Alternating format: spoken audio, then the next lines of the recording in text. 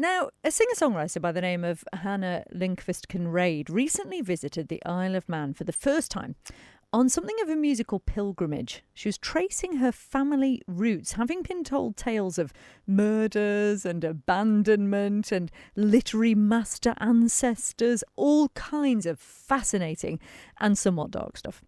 I went to meet with her as she recorded some songs that she'd written that have been inspired by this ancestry. She was down at Ballagroove with Gyp Buggane. To start with, I asked her to tell us a little bit about her background. Well, so I'm from Sweden. I was born in Sweden. I lived most of my life there. But my father is from Scotland. So I've basically visited every year, spent a few years there in my 20s, and then moved back to Sweden. But my grandfather, my father's father, was from Isle of Man. So he never went back to the island, and my father's never been here. And I didn't really know anything about him, to be honest. I didn't know very much. But the last couple of years, my dad has been a bit more open, telling me a bit more about it. So, and it's just such an intriguing history, I think. So when I first heard about the history of our family, I just had to write songs, I suppose. I just did. Like in a space of maybe 2 weeks, I wrote all the songs. So almost 2 years ago now. And then just by chance, I think, I just looked at the Arts Council's website just to see if I had, any chance of getting anything. And they were speaking about the Manx diaspora. And I was like, oh, maybe that's me, maybe that's where I fit in. So I applied for the grant. It's almost 2 years ago now. So yeah, I got it then. And the plan was to come last year, so 2023. But my health was a bit unstable. So finally we could get it done now, which is, dream come true, I think. And what do your family make of this? Well, I think my dad has never felt the need to come here, but I think he very much supports my need to do it, I think. And they're all just really happy that I'm doing this. Yeah. And Ben is my cousin's son, so we almost grew up together, spent a lot of time together. So the closest thing I have to a brother, I'd say, that's Ben. So it's really so it feels like you've got a family here in a way. Yeah. So obviously you've been here at Ballagroove recording with Gyp, and I'm guessing that's taken up most of your time. But have you been able to see much of the island? Not much, but a little. We went to a few lovely places, just to, feel the sand under our feet and things like that. And we went for a drive, just looking at the middle of the island a bit more. And it's a very, very beautiful island. I think we both fell in love with it, So I hope. So do you feel a kind of connection to it then? In a way, I do. Yeah, it's strange. I would say it's got something. There's a hold somewhere. Yeah. We are about to hear some of the recordings that Hannah's been making here with Gyp at Ballagroove Studios. Before we hear the first one, tell us a little bit about what we are going to hear. It's a song about looking for home, and it transitions into a song about my grandfather. He was on a battleship, or it wasn't a battleship, it was actually a cargo ship during the Second World War, and it was attacked and it sunk. So the second song is about that, but he survived. He was one of the few that survived. So it's supposed to give you a bit of an eerie, off-kilter feeling. So we'll see where that goes. And I've already been given a bit of a hint that there might be some interesting things going on in the production in these songs. So what should we listen out for in this one? Just chaos, I suppose. I love it already. Okay, good. All right, we're going to get a sneak preview. Go on then, Gyp. Hit go.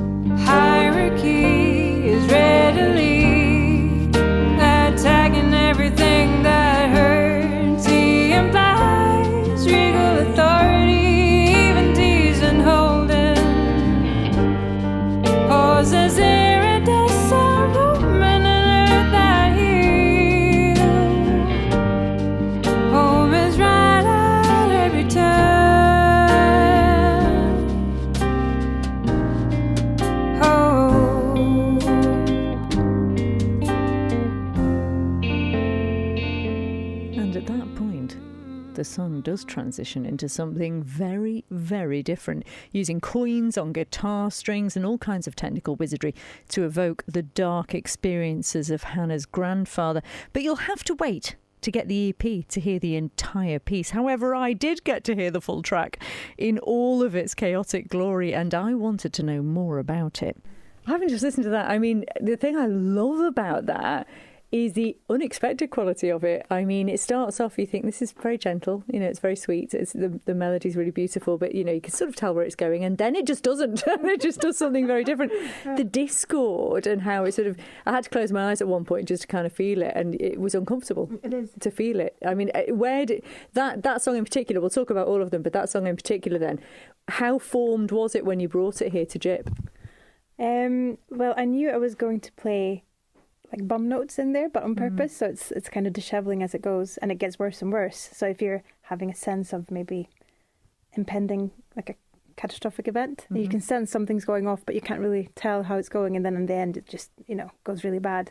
But then Ben on guitar, he had some ideas with he did a coin trick where he plays the electrical guitar with a coin and he drags it on top of that, and then when we had Danny in, it was really good to see him, go bananas a bit on the drums.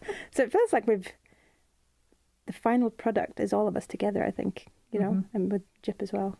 And Gyp, this is just the first song that we've listened to, and you've got others. And how long has it taken you? I mean, you've accomplished quite a lot in a very short time here already, even just with this one song. 3.5 days for the 5 songs. Wow. Isn't it? The first day was pre-production, wasn't it? First day we kind of discussed it all, got to know each other, found our mutual musical ground and so on. We'd done a lot of talk beforehand through email, but then we kind of sat and chatted and got to know each other, which is important, and then kind of made a rough plan for where the songs were going to go, and then we've kind of stuck to it, haven't we? And then we've kind of gone off at tangents occasionally. Like Ben does this fabulous thing at the end of that in the chaos where he's playing with the coin, with the Manx £2. It doesn't matter that it's a Manx £2 coin. It does. But he's playing all 12 notes in the scale at the same time.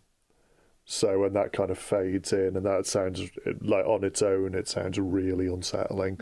Yeah. But in the mix with everything else, it kind of just somehow brings it all together and sounds great. So this is exactly how you like to work, isn't it, Gyp? It's very much a dream project. Yeah, absolutely. Because the music was great when Hannah sent me the original demos, which are just piano and vocal, and an out of tune piano as well, wasn't it? A home piano. You could hear there's something really special in there. So it's a real exciting to bring that out. And then to experiment in the studio is absolutely what I love, So it's like we had a plan, but there was lots of room for us all to flex within that and try things. And we've tried loads of stuff, and most of it stuck, wasn't it? Most of the ideas we've had have ended up in it. So, yeah, absolute pleasure. Very good. And I have to ask, Ben, the coin trick, was that your idea? No, I just steal everything from all the bands I listen to. So, there's... I try to use a different technique in every song that I'm involved with, but the coin trick in particular I'd seen from Johnny Greenwood. So any good idea from me is probably via him. So Johnny has a lot of good ideas, doesn't he? To be fair, well, it's sounding great so far. I want to hear some more. Can I hear some more? Absolutely. It's called "Oh Catherine," and it's almost like a folk song that I've written, but a new one. But it's supposed to sound old, and it's. About a woman called Catherine Kinrade, who was obviously related to me in some way. My middle name is also Catherine, and she was the last person to get the capital punishment on the island, so in 1823. And she killed her sister and her unborn baby so she could get her husband. So it's not very charming, is it? Wow. So the EP is going to be called Murders and Melancholy. I think that's kind of the theme. Yeah. So I wrote it. That was the first track I wrote for this project, and then I decided quite late to add a Swedish folk song in it as well. So there's, especially at the end, you'll hear a bit of a different language as well, but different tone, I'd say. It does feel like there's a connection between Sweden and the Isle of Man with that sort of the folklore, because you're both very, very strong in both nations, really. Yeah, I'd say so. And it's I used to play quite a lot of folk music. I played the fiddle before, and it's just a way of, I wasn't sure if I was going to add it, but I think it fits. Yeah. And I got to play the dulcet tone, which was great. Yeah, good fun. Did you know much, or have you investigated much about Isle of Man folklore, Manx folklore at all? No, I don't know very much. So that's a rabbit hole for me, isn't it? Oh, it's wonderfully dark. You'll love it. Good, perfect.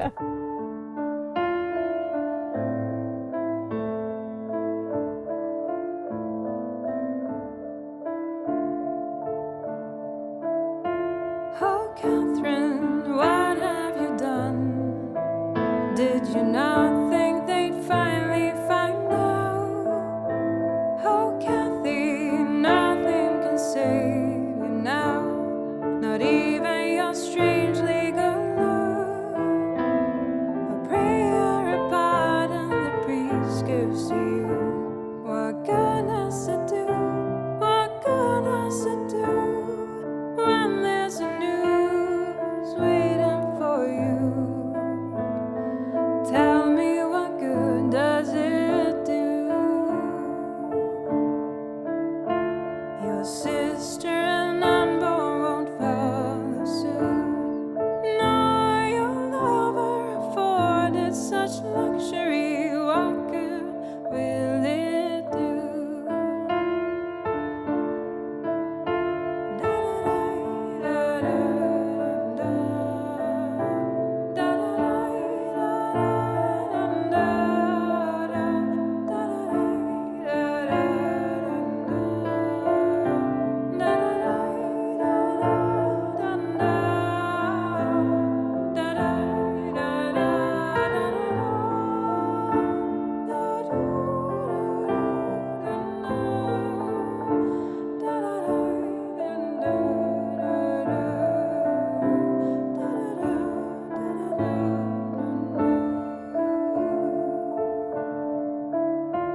The Teamster's verdict is in. Dead you too soon will definitely be. Say goodbye to the life you have known before. A small island containing the world, with killers on hand behind sleepy counters, so easily sold, so easily bought. Now that you know what's waiting for you, was your love worth the gallows or not?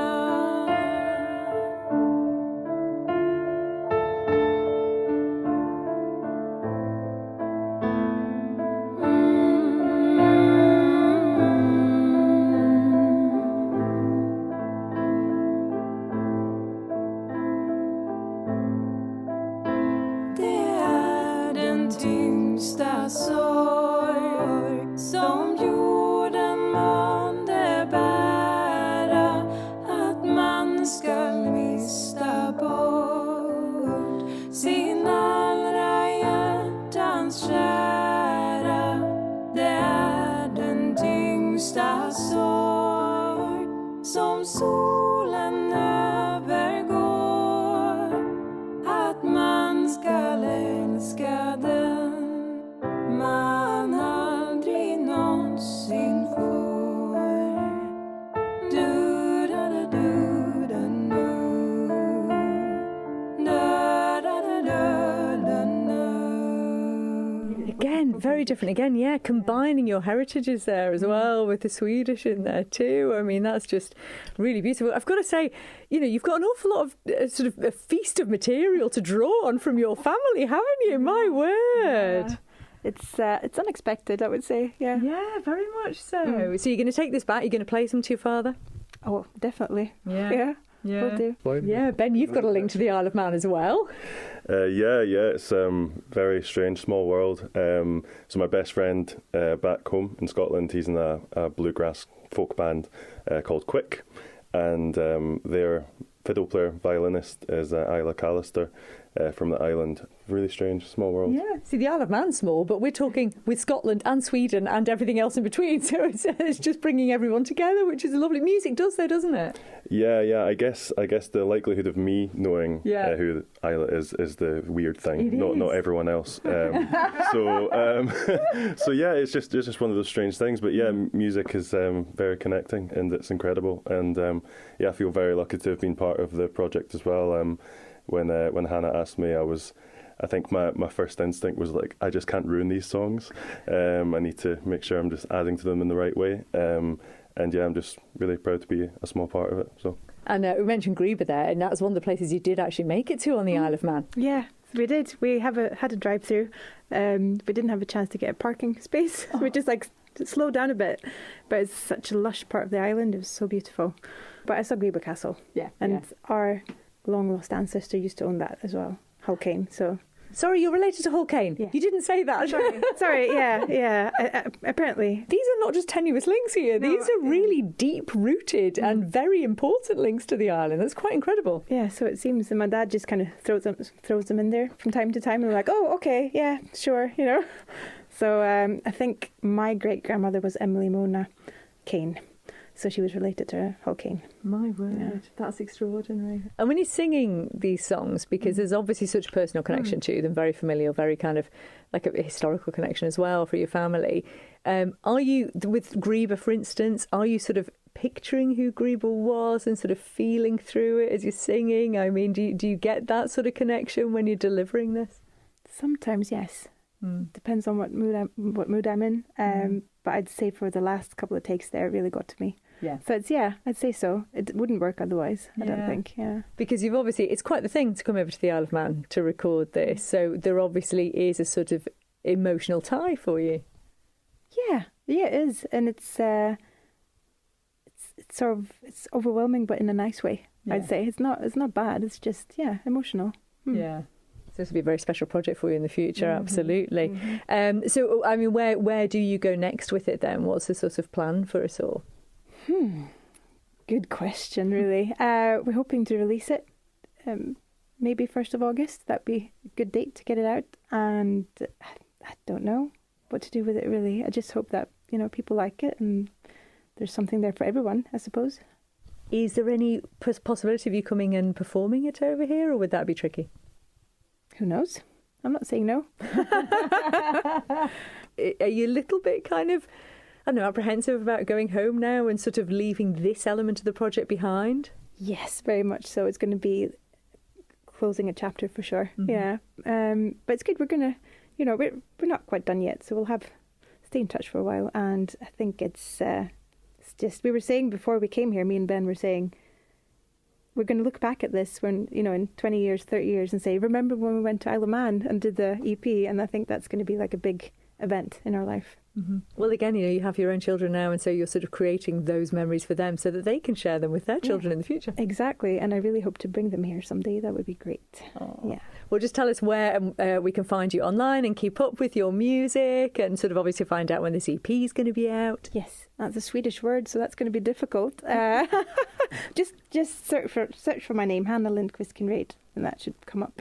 Lovely. Yeah. It's been really interesting and a joy talking to you, Hannah. Thanks so much for taking the time, and all the best with the EP. Yeah. Thank you very much for coming. Saturday Live Lounge, supported by Villa Gaiety.